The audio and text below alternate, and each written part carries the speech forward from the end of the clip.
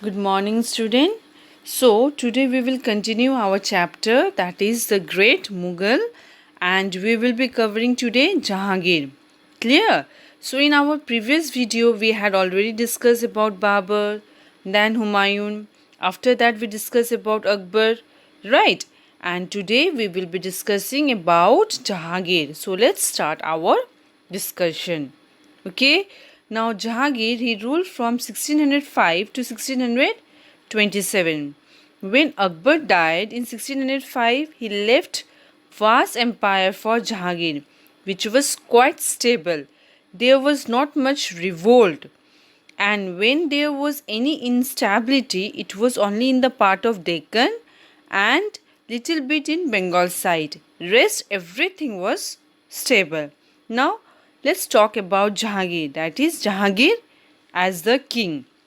Now Jahangir, his real name was Salim.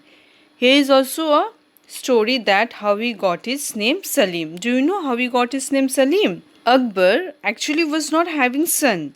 So he went to Sheikh Salim Chishti Dargah and he prayed for a son. And when he prayed for a son, then he got a son. And therefore he named his son Salim. That is after the name of Sheikh Salim Chishti. This is how Jahangir got his name Salim. Clear? Now Salim he ascended the throne as Jahangir, meaning conqueror of the world. Clear? So it is said that Jahangir followed a very strict administration. He had also installed a chain of justice outside his palace. Now, what was the chain of justice? Actually, whoever had a complaint against any public official, then that person could ring the bell and could directly speak to the emperor. Clear? As the emperor, Jahangir was very much concerned about the people of his empire, so he was very much cared about them. That's why he had installed this chain of justice. Understood about the chain of justice? Regarding the policy, if I tell you, he continued with all those secular policy which was started by Akbar, and he also married Nur Jahan. Nur Jahan she also played a very important part in his empire.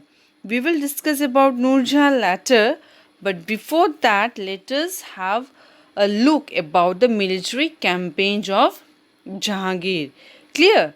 Now the year 1605, when he became a king, he crushed his first rebellion, who was Prince Khusrau. You know who was Prince Khusrau?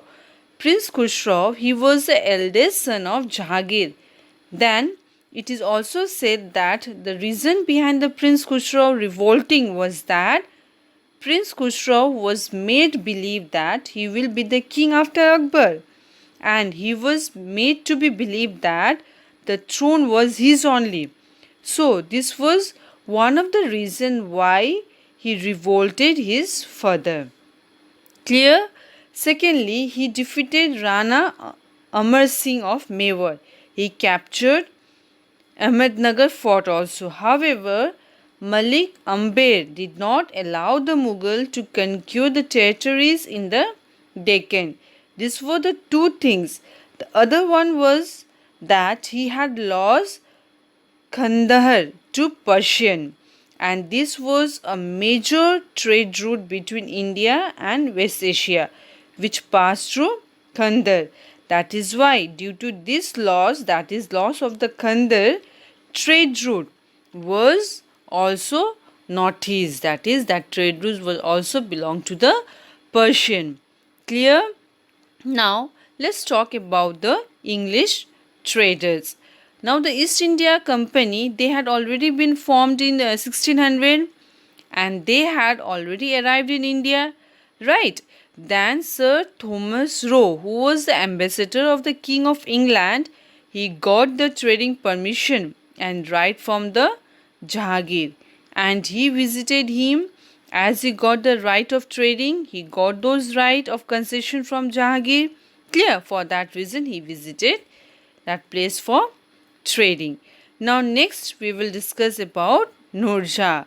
Now, who was Nurja? Nurja was the wife of Jahangir. Clear? She played a very important role in Jahangir's life as she used to advise Jahangir on all the important matter related to the administrations of the empire. Not only this, even the coin was being issued in the name of Jahangir and his wife Nurja. Clear?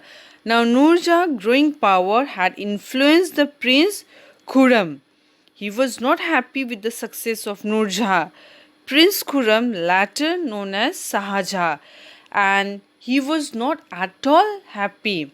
Why? It became an alarm for him that if her success, that is Nurjahan's success, will go on like this, then he will not get the throne. So for that reason, he became aware. So the struggle for power between them intensified after 1625. And after Jahangir's death, Nurjahan has retired from the public life. Clear about the Jahangir? I hope you have understood. Now in our next class, we will discuss about Shahjahan. Clear? So till then, go through your book. Thank you.